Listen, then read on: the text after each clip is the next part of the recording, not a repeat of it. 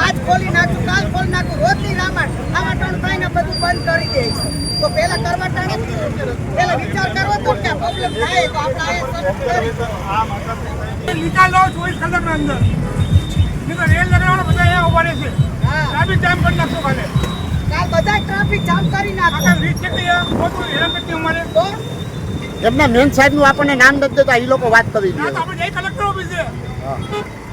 આપણે જઈ collector office છે. શું હોય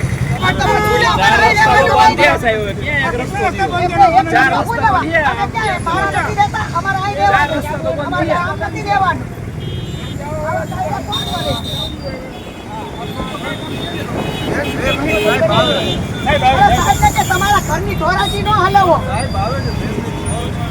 સાહેબ માટે કેવી બધી ગાડીઓ મેટ્રો થઈ જાય છે, બધું થાય તો અમે માણા નથી. સાહેબ માટે બધે નિયમ, અમારી માટે નિયમ નહીં.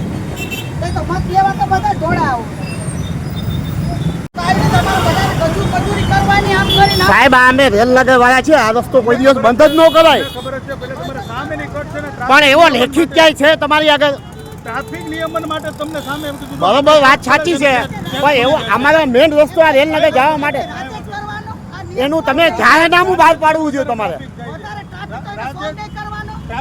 એમ નહીં, આનો જાહેરનામું બહાર પાડવું જોઈએ.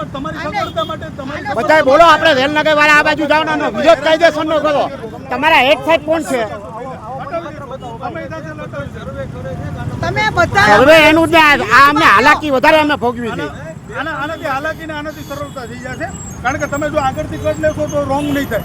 ત્યાં જોવો જી, હાલો જી, તમે હાલો મારા ભેગા હાલો. ત્યાં આગળ કેવો ટ્રાફિક છે? કોઈ ટ્રાફિક નથી.